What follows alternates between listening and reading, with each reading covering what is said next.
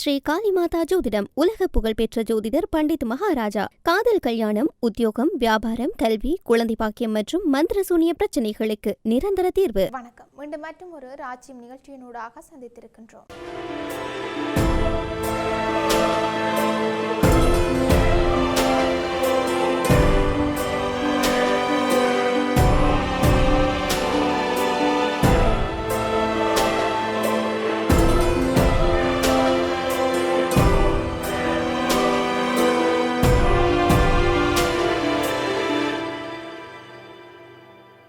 ஈரானுக்கு எதிராக அமெரிக்கா மற்றும் இஸ்ரேல் இணைந்து மேற்கொண்டதாக கூறப்படும் இராணுவ நடவடிக்கைகள் தீவிரமடைந்ததைத் தொடர்ந்து இஸ்ரேலுக்கு எதிரான ஈரானிய சைபர் தாக்குதல்கள் கணிசமாக அதிகரித்திருக்கிறதாக இஸ்ரேலின் தேசிய சைபர் பாதுகாப்பு பிரிவு தெரிவித்திருக்கிறது. இஸ்ரேலின் தேசிய சைபர் பாதுகாப்பு பிரிவின் இயக்குனர் ஜெனரல் யோசி கராடி சர்வதேச ஊடகம் ஒன்றுக்கு வழங்கிய நேர்காணலில் இதனை தெரிவித்திருக்கிறார். தற்போதைய பிராந்திய பாதுகாப்பு சூழ்நிலையில் பாரம்பரிய இராணுவ மோதல்களுடன் இணைந்து இணையவழி தாக்குதல்களும் தீவிரமடைந்து வருவதாக அவர் சுட்டிக்காட்டியிருக்கிறார். அவருடைய தகவலின்படி இஸ்ரேலுக்கு எதிராக பதிவான பகைமைமிக்க இணையவழி சம்பவங்களின் எண்ணிக்கை கடந்த 2025ஆம் ஆண்டு ஜூன் மாதத்தில் சுமார் 1600 இருந்த நிலையில் 2026ஆம் ஆண்டு ஜூன் மாதத்தில் அது தோராயமாக 4800 உயர்ந்திருக்கிறது. இது ஒரே ஆண்டுக்குள் 3 மடங்குக்கும் அதிகமான அதிகரிப்பாகும் என்றும் இந்த உயர் சைபர் பாதுகாப்பு துறைக்கு புதிய சவால்களை ஏற்படுத்தி இருக்கிறதாகவும் அவர் குறிப்பிட்டும் இருக்கின்றார். மேலும் இந்த தாக்குதல்களை முன்னெடுத்து வரும் சில ஹேக்கர் குழுக்கள் மிகவும் ஒழுங்கமைக்கப்பட்ட முறையில் செயல்பட்டு வருவதாகவும் அதிநவீன தொழில்நுட்பங்களை பயன்படுத்தி பல்வேறு நிறுவனங்களின் கணனி வலையமைப்புகளை இலக்காக கொண்டு தாக்குதல்களை நடத்துவதாகவும் அவர் தெரிவித்தும் இருக்கின்றார். இத்தகைய குழுக்களை எதிர்கொள்ள தேவையான தொழில்நுட்ப திறன்களும் பாதுகாப்பு அமைப்புகளும் இஸ்ரேலிடம் இருந்தாலும் இந்த அச்சுறுத்தலை எந்த காரணம் கொண்டும் அலட்சியப்படுத்த முடியாது என்று சொல்லி அவர் வலியுறுத்தியும் இருக்கின்றார். வழக்கமான போர்க்களத்தில் போர் நிறுத்தம் ஏற்படலாம், ஆனால் சைபர் தளத்தில் போர் நிறுத்தம் என்ற ஒன்று இல்லை. இணையவழி தாக்குதல்கள் பகல் இரவு பாராமல் தொடர்ந்து நடைபெறுகின்றன. எனவே எமது பாதுகாப்பு அமைப்புகள் 24 மணி நேரமும் முழுமையான கண்காணிப்பில் செயல்பட வேண்டிய நிலை உருவாகி இருக்கின்றது என்று சொல்லி யோசி கராடி தெரிவித்திருக்கிறார். இந்த சைபர் தாக்குதல்கள் அரசின் முக்கிய உட்கட்டமைப்புகள், எரிசக்தி மற்றும் மின்சார விநியோக அமைப்புகள், தகவல் தொடர்பு வலையமைப்புகள், மருத்துவ சேவைகள், வங்கி மற்றும் நிதி நிறுவனங்கள், பெரிய தனியார் நிறுவனங்கள், சட்ட நிறுவனங்கள், கணக்கியல் நிறுவனங்கள் உள்ளிட்ட பல்வேறு துறைகளை இலக்காக கொண்டு மேற்கொள்ளப்பட்டிருக்கிறதாக அவர் கூறியும் இருக்கிறார். குறிப்பாக பாதுகாப்பு வசதிகள் குறைவாக இருக்கிற சிறிய மற்றும் நடுத்தர நிறுவனங்கள் சைபர் குற்றவாளிகளின் முக்கிய இலக்காக மாறியிருக்கிறதாகவும் அவற்றின் கணனி வலையமைப்புகளில் ஊடுருவி முக்கிய தரவுகளை திருடுதல், அழித்தல் மற்றும் நிறுவனங்களின் சேவைகளை முடக்குதல் போன்ற நடவடிக்கைகள் இடம்பெற்றிருக்கிறதாகவும் தெரிவிக்கப்பட்டும் இருக்கின்றது.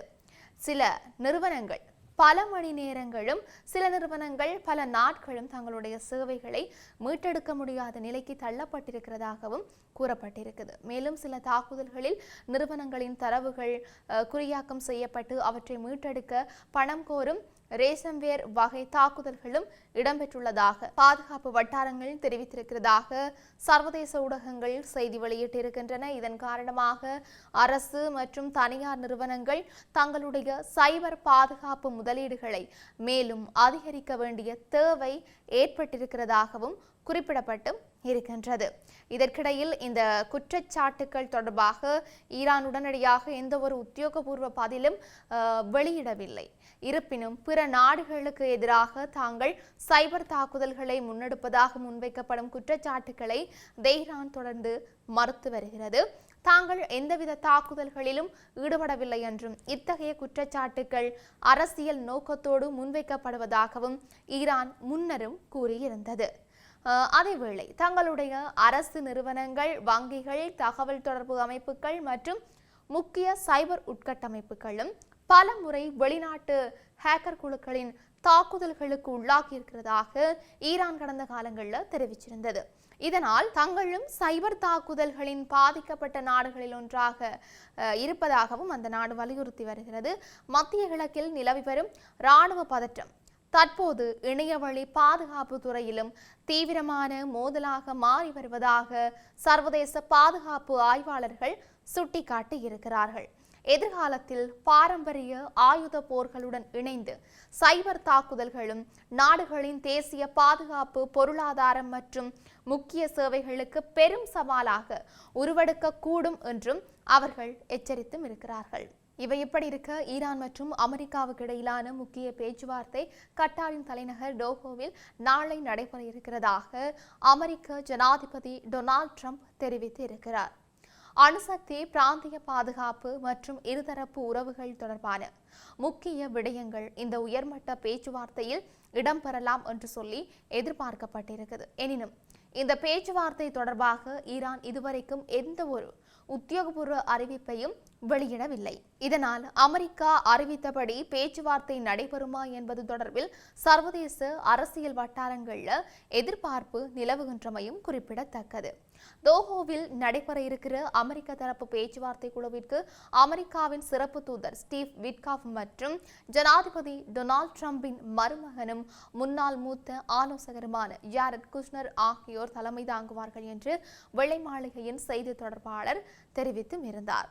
இதுகுறித்து ஃபாக்ஸ் நியூஸுக்கு வழங்கிய பேட்டியில் அவர் புரிந்துணர்வு ஒப்பந்தம் தொடர்பான பேச்சுவார்த்தைகள் தொடர்ந்து முன்னெடுக்கப்பட்டு வருகின்றன.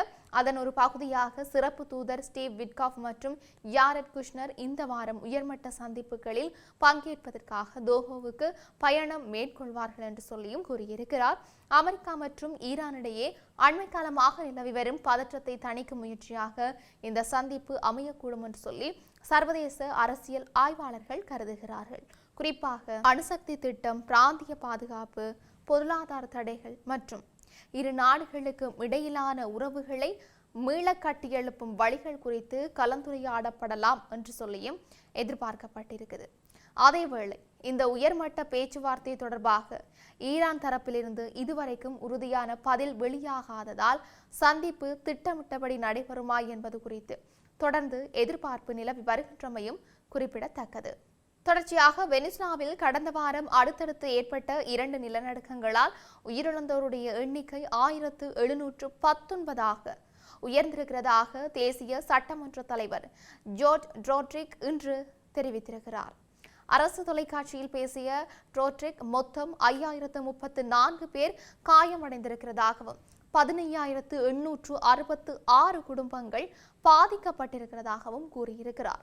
அமெரிக்க புவியியல் ஆய்வு மையத்தின்படி ஜூன் 24 அன்று 39 வினாடிகள் இடைவெளியில் 7.2 மற்றும் 7.5 ரிக்டர் அளவிலான 2 நிலநடுக்கங்கள் இந்த தென் அமெரிக்க நாட்டை தாக்கின.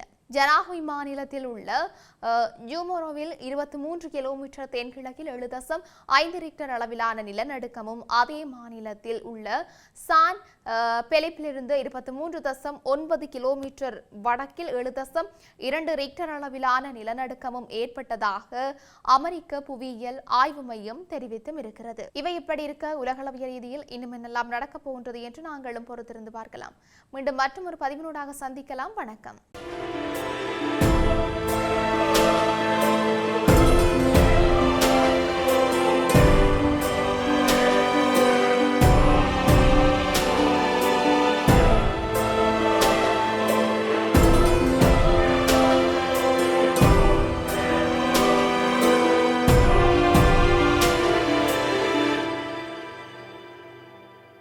ஸ்ரீ காளிமாதா ஜோதிடம் உலக புகழ்பெற்ற ஜோதிடர் பண்டித் மகாராஜா. காதல், கல்யாணம், உத்தியோகம், வியாபாரம், கல்வி, குழந்தை பாக்கியம் மற்றும் மந்திர சூனிய பிரச்சனைகளுக்கு நிரந்தர தீர்வு.